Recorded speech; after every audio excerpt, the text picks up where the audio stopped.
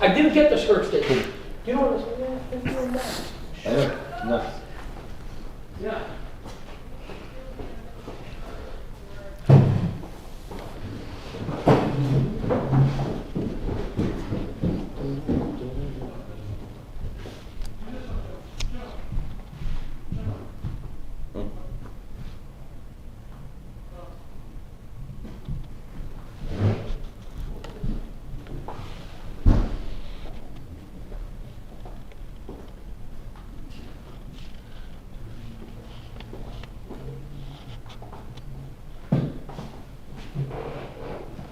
Only two guys.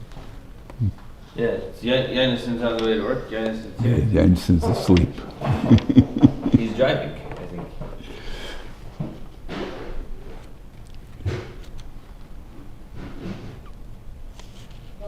Hello. Okay. Good Erev Shabbos, everyone. Tetzaveh.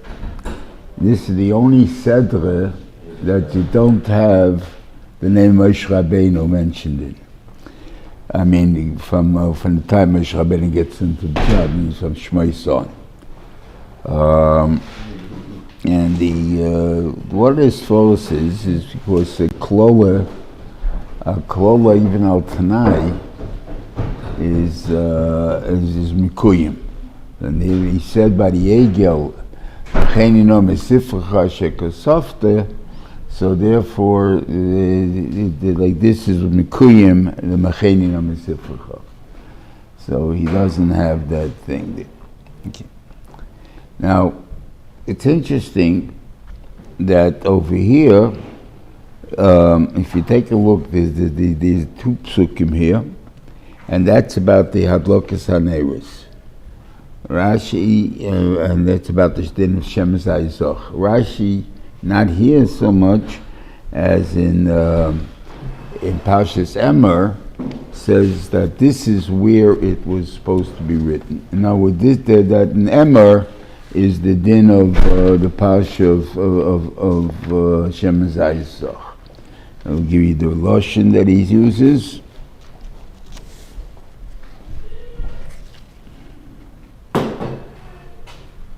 Yeah. Rashi, the pasuk is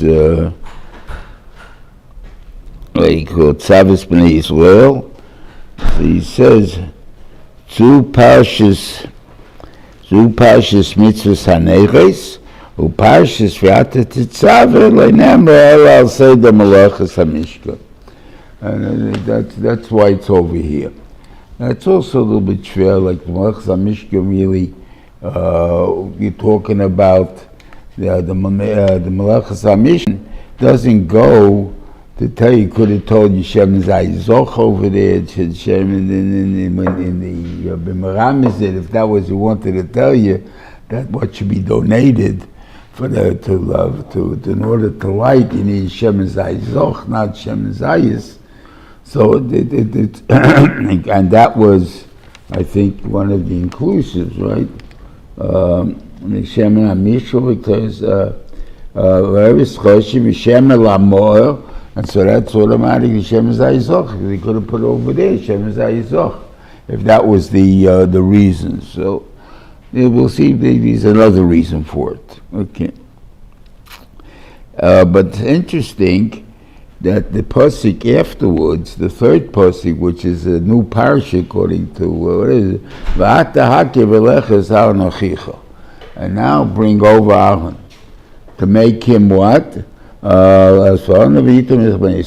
Talmud Torah has to be pure from start with, without making what you teach him any svekis in his mind that he can't get out of it. So don't build up the kasha to that degree. Where did he get to this suffix? I think it was because when Vayibishal Paris he didn't want to take him derech eretz plishtim, why ki korivhu, and therefore they'll see a war and they'll go back to Mitzrayim.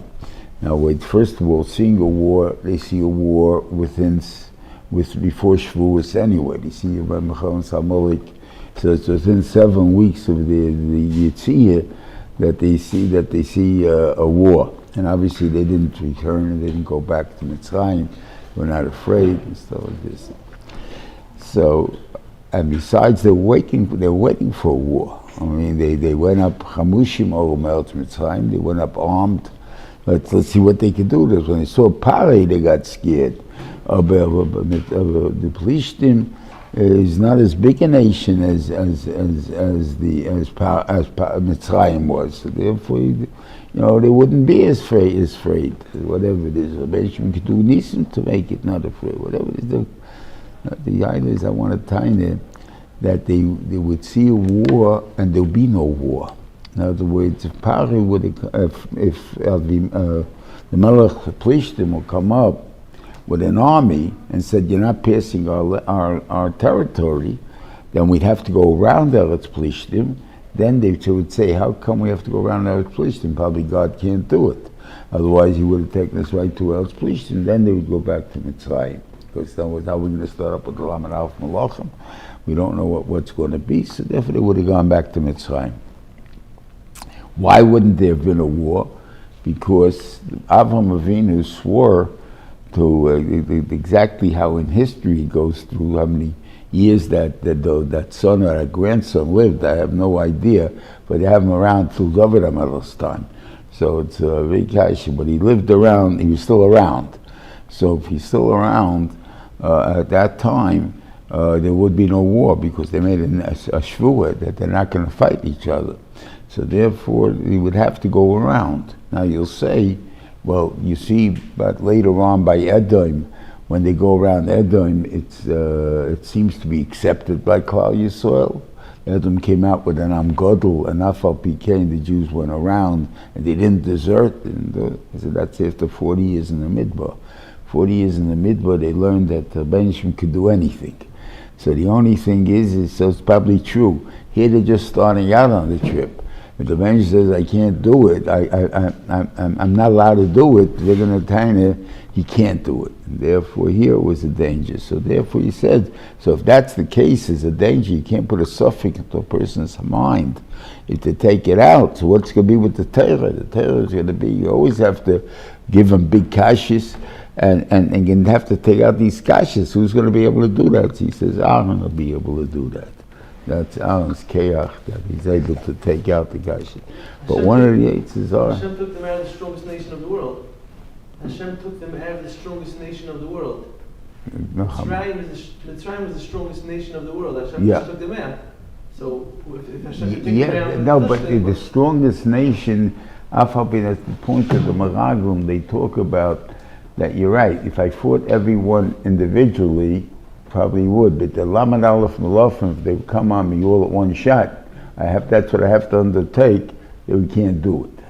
That seems to be the problem. Now why, let's say, why wouldn't they think, why can't you knock the Plishtim off?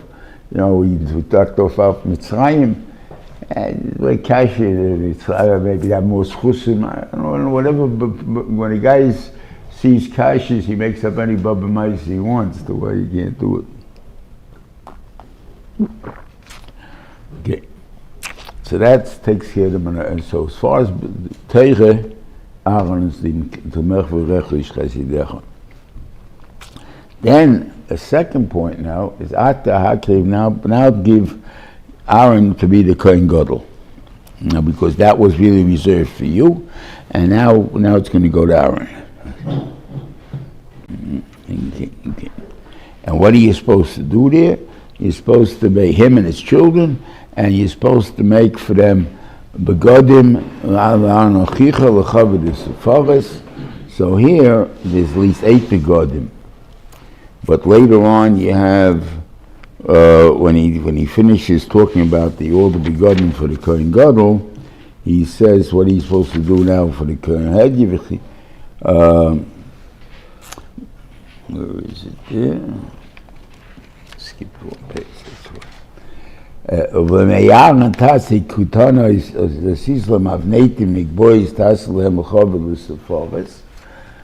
yes, the kasha, why l'chavod l'seforim? I mean, these are 4 basic outfit things that you need. You need a pair of pants, you need a shirt, you need a hat, and a belt. So these are basic zachen. You're not doing, there's nothing here that's extra. What do you mean l'chavod l'sefaros? I needed Pasha to be clothed, right? So let's see. First, I'll tell you what he darshaned from it. I'll listen to the guy's kasha, whatever it is. Okay. So he said, like, since it's only l'chavod l'sefaros, what it should mean is that a kohen, when he does the avodah, is supposed to be so holy, so perfect, that he can't, that everything he does, every aver he does, is used l'shem shemayim, and therefore he should be able to do the avodah naked. That's the inyan of elva, because we shouldn't. There's no elva by him. Because Rashi brings down all the way in the beginning by Adam Arishan after the Chet Egel, he says, we who taught you that, he said, I was naked, therefore I hid from you. He's Oram and mitzvahs. I have no mitzvahs. Not I'm Oram, I'm naked, physically naked. In other words, so what do you mean Oram and mitzvahs? Meaning if I failed even in such an easy mitzvah as not to eat something which I didn't even have a taiva for, and I ate it, Alachas kama with something you have a taiva for, it's built into the nature of a person that he has to, that this is one of the things he needs. So then I don't know if I can do it. Right? That's where he gave him the clothes. So he says, so mashma that before then, as long as you used the Avel, there was no bushir before. Why? Even though they lived together in public and everything else. I mean, that's what supposedly the noches or whatever it is got. This is that there was no jealousy and there was no bushir in it, there was no shame in it, because I'm using it for what it was created for. And therefore, and it's not, has nothing to do with taiva, it has nothing to do with anything else. So therefore, I can do it naked. If you reach such a madrege, you can do the avodah. Now the question is, you have to look nice. And clothes makes the man. You know, you put on the clothes, you have a different image of who the guy is. So therefore, there's an inyan that he has to have clothes. The cover is first. That's the way he learned pshat.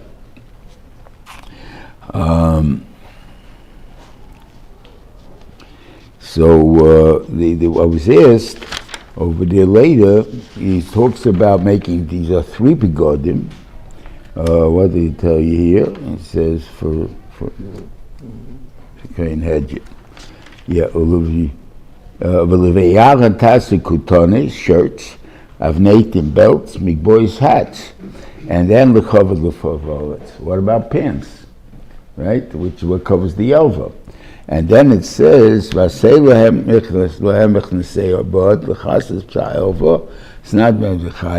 So you see, maybe pants you need to do for covering the elva. So what's your raya? That's a cover the seforos. In other words, that's extra clothes. That already, once you have the shirt, it's once you have the pants, you're not naked anymore. I mean, whatever it is. Okay, so I tainud, what is the Gemara darshan from why is it separate? Because that the big kahuna mechaper. If you need it for clothes, what's the right mechaper? Right? So obviously I don't need it for clothes. I need it for cover the sefar. So that's the thing. And basically, as a mashal, simply how to understand, what do you mean you do l'shem shemayim? When everything is l'shem shemayim, it's a different thing. The Paran halacha,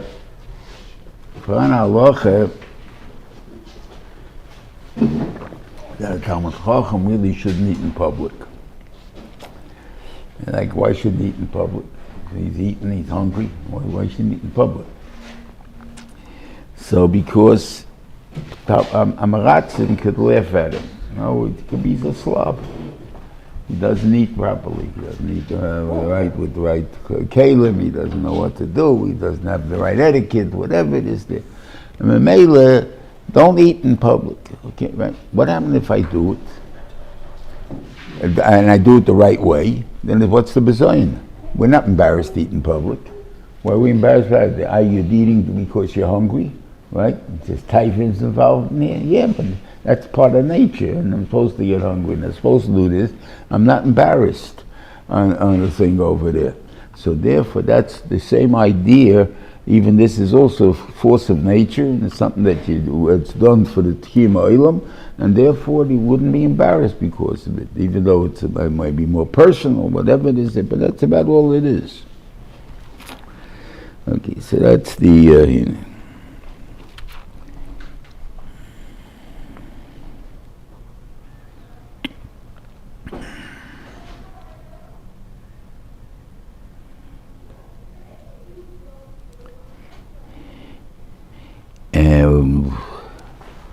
one of the things that one of the big kahuna is going to be a tzitz, and the tzitz is going to be b'mokmat tefillin, and the Kohen Gadol has to wear tefillin also. So yesh mokim for 2 pairs of tefillin on the head. Okay, so that the way the Rosh learns. It goes from the beginning of the hairline until with the head of the tinek soft, and that's 4 etzboyes. It's paired tefillin is 2 etzboyes things. You can put 2 etzboyes in the thing there. Most tefillin are a little bit bigger than that, but I'm just saying. So your question how they fit, but you can make it smaller. Or the din is once you have it, I can put one pair in this double place or something like that. Others want to learn shot that there's 2 specific places for tefillin. And the thing that therefore if you have bigger than 2 etzboyes, it's no good. So the heta on that one is that the bias itself usually is not 2. The titur is what's bigger. The shaila is I can't stick the second pair on. That's the problem. So I have to my tefillin are 1 3/4 inches with the titur and the mabata, and therefore a second pair of tefillin can actually go on. In other words, it's actually using the Shivas Cheshbon of Anama, 21 1/4 inches. Okay, so I'm saying just it comes out good. The shaila is on the Beis Yosef. The Beis Yosef or the Rambam, technically. The Rambam says that it's the same place. Don't ask me, that looks different to me and all that I can't answer you. But the Rambam says the makom of tefillin is where the hairline is, where is the place where the head is soft. Now, we know the head is soft is over here. Now, maybe they had different kind of heads is soft. Sometimes it's over here. I can't answer you on the pshat. So because of that, the Beis Yosef says, maybe he says the 2 pair of tefillin are worn side by side over here. In other words, this that you guys are always with the camera, with the mirror looking to put it in the middle. You really don't have to put it in the middle, and especially if you're supposed to put it in the second place, the idea is it should be on the side in a little bit. But anyway, I have no teretz of what does it mean, how do you wear the tefillin? I mean, the tzitz went across the whole head, so it couldn't be by side. So it has to be one behind the other. So what's pshat noch the Rambam? So I don't know. I have no teretz for it. Okay.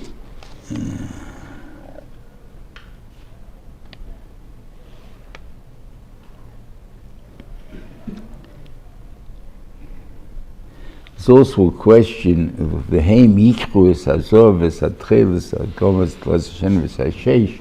Who is the Heim? Who took it? So you want to tie it means the Malacha took it. So if that's the case, really, I shouldn't have it over here. And Vayikru Mifnei Moshe is called Chumash Shiur, Bnei Yisrael in Parshas Vayakel. It says Meferish that the Bnei Malacha took it. So Isa Malacha. So if that's the case, so what is it mentioning over here? This thing. So could be, and it doesn't mention the stones. It just mentions the weaving part and stuff like that. So it could be that pshat is that when a person the nidavis were given sufficient to cover for the Mishkan, because he did for the cloth in the Mishkan too, and they have left over, or whatever it is, and was for the big Dikuna. So the Shiur is, so meaning that maybe when you're doing something, you first do the malacha that you have to do. They were doing the Mishkan first, so they do the Mishkan first. So they picked it out. At that time, they don't check if I have enough, I don't have enough. We do with we'll always make another collection. It's not a problem there. So whatever it is there, and Baruch Hashem was enough. Now you can take for the big Dikun. So that will be one pshat. Another pshat you can let it goes on Achen, and then the question is why doesn't it mention the stones here? Because they didn't do the stones yet, and that's a big Dikun. So we can say that Aaron and Aaron means Aaron and Banov took it. Aaron and Banov took it to do what? Because they're going to pick out what stuff, what are you going to wear for Kabbalah Sephoros. In other words, now I don't know if I'm right in this or not. I mean, you definitely see it on the trailers that people wear. I'm assuming they got the right men. I don't know if it is or not, but I'm assuming that they do. If they do, you'll see that the color of each of the tzitzis are not the same. Some blues are darker, some blues are lighter, some blues are thin there. So, if you make a suit of just trailers made different colors, you land up with a funny looking suit. I mean, whatever it is, or a thing there. So you have to pick out all the things that have the same thing, and if not, maybe make a design with the different colors or something, or whatever it is there. So it could be that that's why they each one picked what they wanted from the big Dikun and the Aaron and Banov. And the thing that I say, I don't know. And the thing over there, talking about the trailers, what, do you have something about the trailers? Yes, so here. It doesn't have to be Mara Rishon of Tchelis by. It doesn't have to be Mara Rishon of Tchelis by Big Dikuna. I have no idea. I have no idea. I mean, I don't know about the difference in the color because of that. Would it be the same color then? I think there. And then when you go to the next thing, it goes a different color. The way they get different colors in their tzitzis is because they process it differently. Why? They mix in all sorts of different chemicals to get the right color out of what they use now. Again, the question is why? I mean, if the din is that this is what is the dye, so why am I making all these chemicals for? Then it's not that maybe says it's authentic then. Who says it's good? The Gemara Nachmas doesn't say that Ma'asina and Dam Chilazin and Samamonim.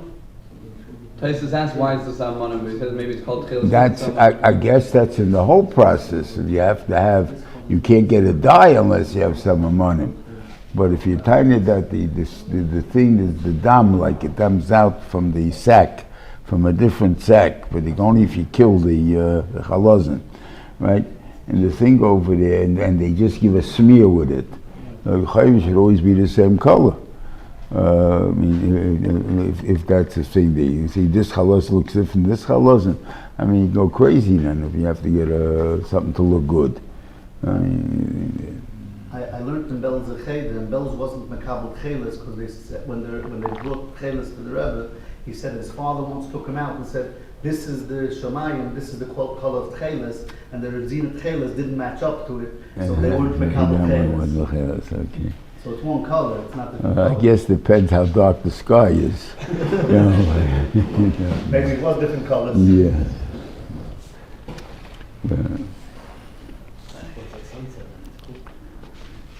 But now they pass it off that one altogether, and now they got new ones. I mean, whatever that means. Okay.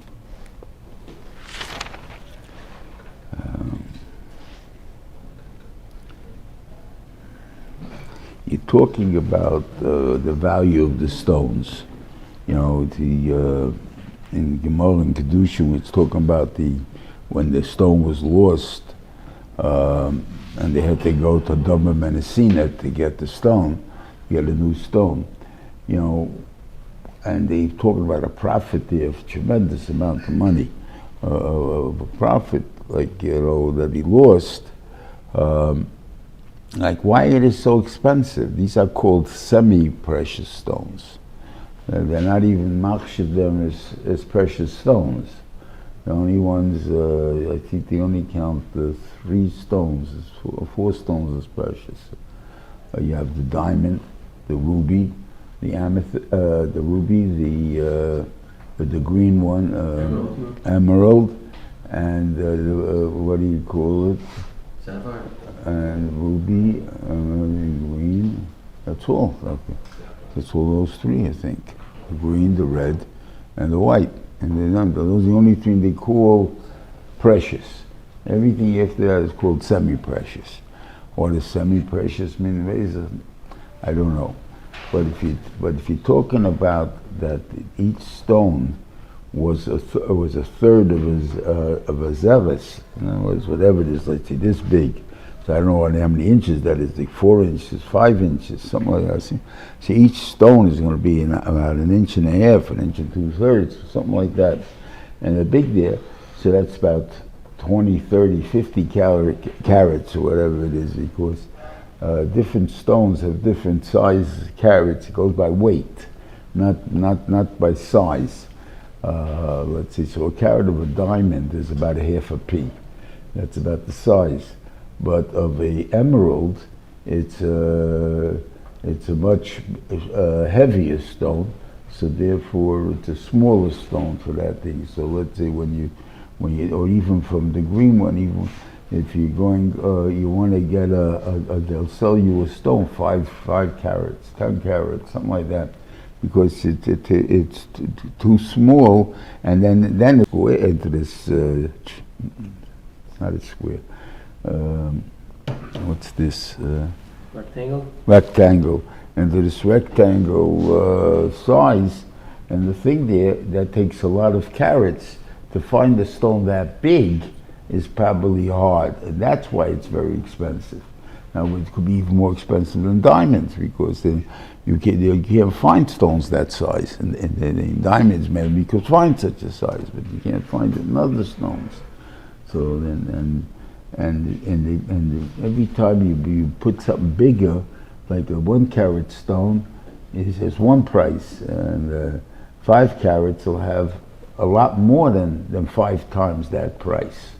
And I'm talking even about the same clarity, and all the other zachens will say the same. But Lamaisi is the fact that you find a 5 carat stone like that, that itself is the chiddush. So the same thing goes with these other stones, so they all were very expensive.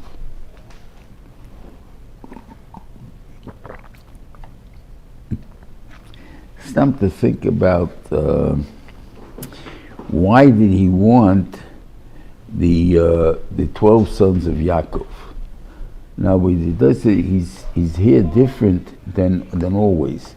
In the Machnes, you have the 12 Shvatim, right? Which means he excludes Yosef, because Yosef is 2 Shvatim, so Yosef doesn't exist as Shevet anymore. It's Menashe and Ephraim, and usually Levi goes out. And here in the stones, they had to have Levi's name and Yosef's name, and Menashe and Ephraim's name is not there. It says they want over there, Aleim Shmois B'nai Yisrael, and I want them dafke, why they could tell they could tell Daisam, the way they were born. In other words, I want the son, I want their yichus and stuff like that.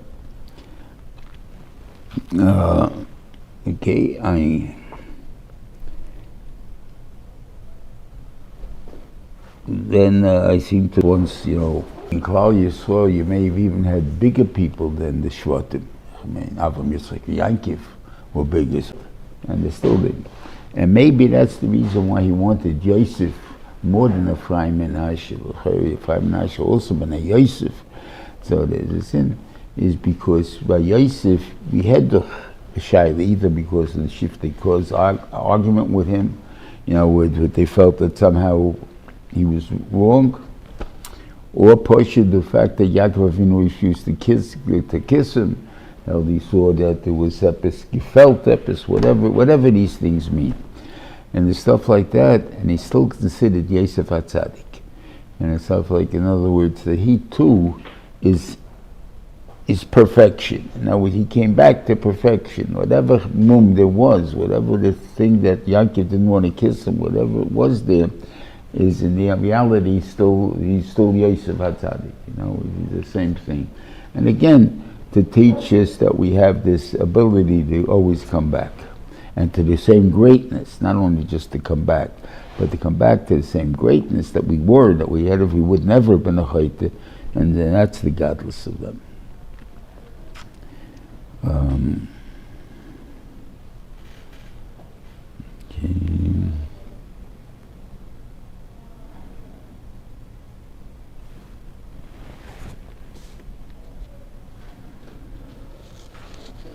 Yeah. I don't know when it said that he told him he's supposed to make a meal, and the meal is going to make noise because you put the little golden bells in between the Reimanim, and what do you call it? And it says that you should be here. Yishma koilei b'voye al koish le'Hashem v'tzeisev le'yomus. The only thing, it obviously, I just, the only thing that bothers me is the marshal, like that's the thing. What's my Aaron's problem, or Kohen Gadol's problem? Kohen Gadol is going to go into Mokum Kaimis with his Kedusha beyond normal, Kodesh Kedoshim, whatever it is there. You don't belong there. You have no Mokum there. Right? You can only come in once a year. Right? When you come in, you got God there, he's really only the Abba Begodim over there, but so, I don't know his Ganz's name, but let's say if we ever has to come, and the thing over there, the Kedusha has to lessen, otherwise you couldn't live, somehow. It's so big a Kedusha that you'd burn up if you came into that Kedusha. So therefore the Bernishim has to make it lessen when you come in. So if you give the noise, I know you're coming. Now the Benshim can know I'm coming regardless, without him telling me. But the world wouldn't believe it. The world wouldn't see it. The world somehow like that. So to feel that there's a kedusha that has to be removed, so the human can come into it. That's something that has to be some kind of mushal with noise, because otherwise, the thing is, you'll just tell me Baba Mises. The Benshim doesn't need it. It's true, the Benshim doesn't need it, but whatever it is, or this itself disperses the kedusha that's there, the noise. I can't answer you, I don't know, but it's something along that line.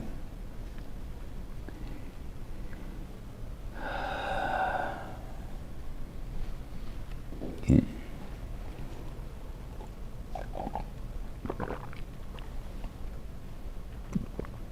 Yeah.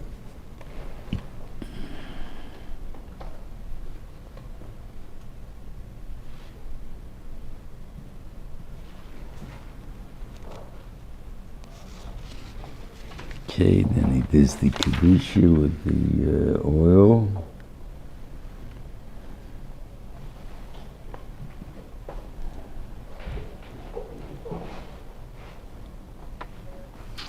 ובגדי הקודש אשר לאהרן יהיו לבון ואחריו למושך בהם ולמלא בהם את יודם, so 17 ימים ילבשם הכהן תחת מבון אשר יביא ליל מועד.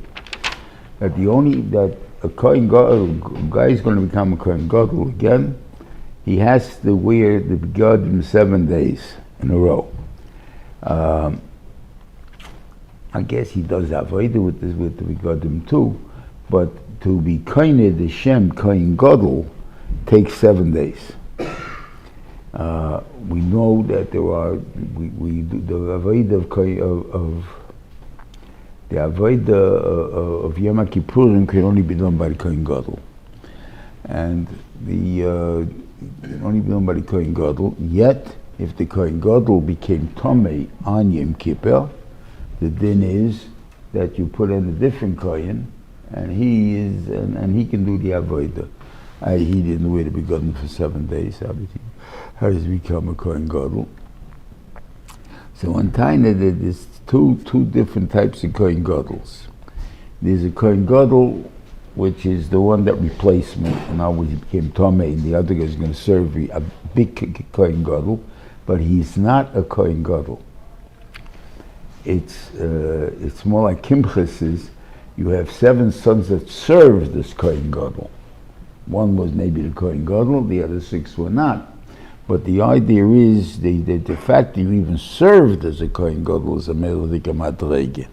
So the thing is, that was a big thing. Oh, but you're not a kohen gadol. What are you? The din is that this kohen, by serving on Yom Kippur in place of the kohen gadol, he's out of business. Period. He can't do any more avodah. He can't do avodah with 4 begodim like a regular kohen anymore. Malam b'kodesh v'lo maritim. So he has to do always the avodah only with 8 begodim now. On the other hand, do it with 8 begodim, the kohen gadol will be very jealous, and therefore we don't know what that would bring. So therefore you can't do it. So you're automatically retired. You got a chance to do it once in a lifetime, and that's it, and you're out. And the thing there, so, and obviously that's called worth it. That's the point. Now, that the service kohen gadol, even for 1 day, is a grace zach. The thing that you find that even by the Nasi, when they threw out Shimon Gamliel, they threw out Rabbi Gamliel Liavnit. They threw him out and they put in Rabbi Elazar ben Azariah in his place. So the Kasha became, so he said he has to ask his wife. So he asked his wife, and she told him, look, just they threw him out, they'll throw you out. Yeah, but he said, just true, but at least I would have served for 1 day as the Nasi. So Mashma, even doing 1 day, that's how choshev it is. So that's one thing, okay. But the kohen gadol that gives over the thing to his son is not that kohen gadol. It's the kohen gadol who is appointed or who's there for. That guy has to wait 7 days. In other words, to get the shame kohen gadol that be a rusha, that you can pass it on to the next door, that has to be 7 days tachton.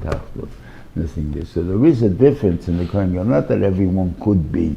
What the thing is, no, the mashman, it's only that kohen that can pass it on. And the thing over there. When the kohen gadol dies, the next kohen gadol can't do away with the 7 days. There's no kohen gadol for 7 days. That kohen gadol has to wait 7 days. There's no kohen gadol for 7 days. So there's no kohen gadol. Yeah, there's no kohen gadol for 7 days. Now I don't know if that's any problem with that, because the only reason the problem is on Yom Kippur is because otherwise the kohen gadol couldn't live with his wife, couldn't live with his name, becomes tummy. Elevos, that pshat is they don't need me today. I could do the work any day, but they don't need me. By Yom Kippur, the avodah is done only with the kohen gadol, so therefore they need me. So therefore we have to get a new kohen gadol. So that wouldn't be a big kasha, but. A country without a president doesn't have that. Yeah. Okay, I mean that how would you be without something for a while, for even without a melech, even for a day? Fine by. You have to, like the king is dead, long live the king. Like in the same posuk, you're saying that he's dead, and we have another king. It's not that he's dead. There's anything there. By Ratzeach, that goes to Gemara said that if he was killed by in between the kohen gadol dying and the other one, that's like 1 day, just a couple of hours. Yeah, okay. The next kohen gadol.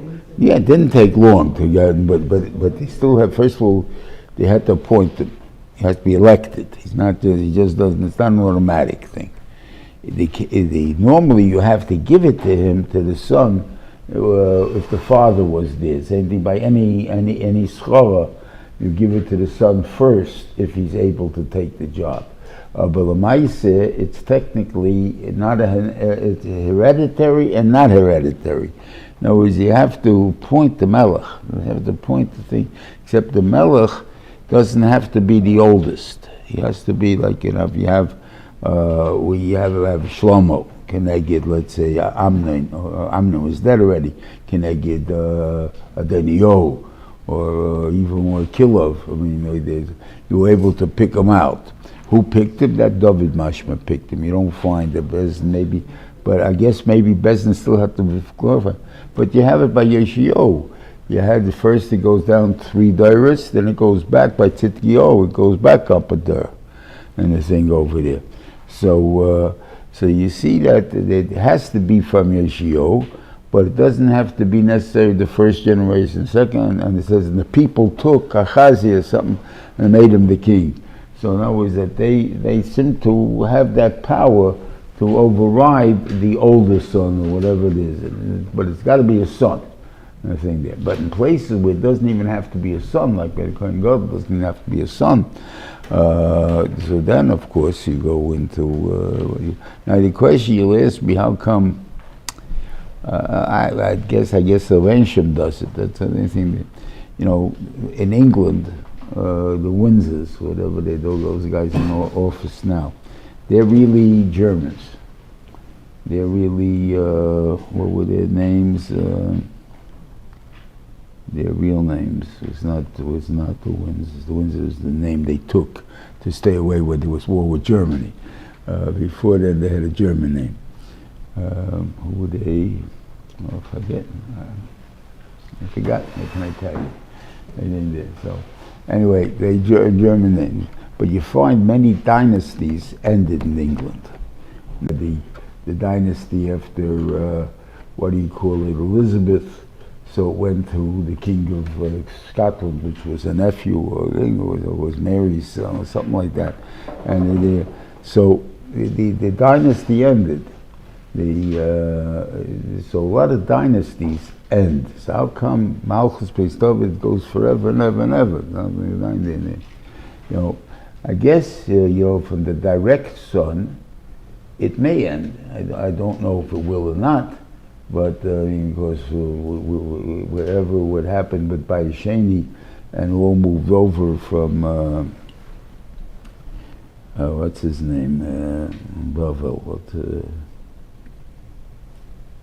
days. Bavel, where that why we been Shaltiel, that why wasn't he the Melech? And stuff like that. I mean, first of all, in the beginning, he didn't even start off with a melech. He started off one, but the Kohen Gadol was the guy in charge. But l'chayra, he was the Nasi. He's the one that should have been the melech. And it seems he was, by power of being the son, king's son, he was always mentioned in Zerubbabel. I mean. In other words, the others were Nevi'im that went up, with Nehemiah and Ezra and all that. But those Bavel's always mentioned among them, because he was the Melech, like, in a way. But did he actually ever serve as a Melech? I don't think so. But even though he had the Malchus, what he called the Reish Gelusa, which is from the Mashpacha, which is the families, they did have them. And what he called them, and some of them even became big people. I mean, because they had like Hune and these names. He seems to be only them. Only the Reish Gelusas had those names, like those funny names, and whatever it is there. And then you find the Tanoi, Amorai Me'ech, that were named like that, wrote Taka Reish Gelusas, or from the Mishpach of Reish Gelusas, something like that. They became that big.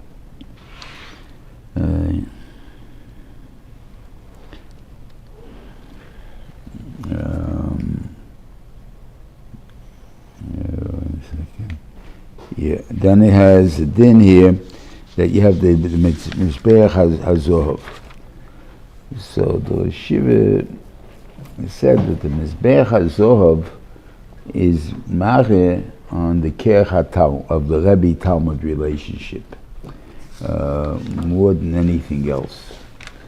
It's the only thing that the sense that you can't protect against. I mean, seeing, you close your eyes, right?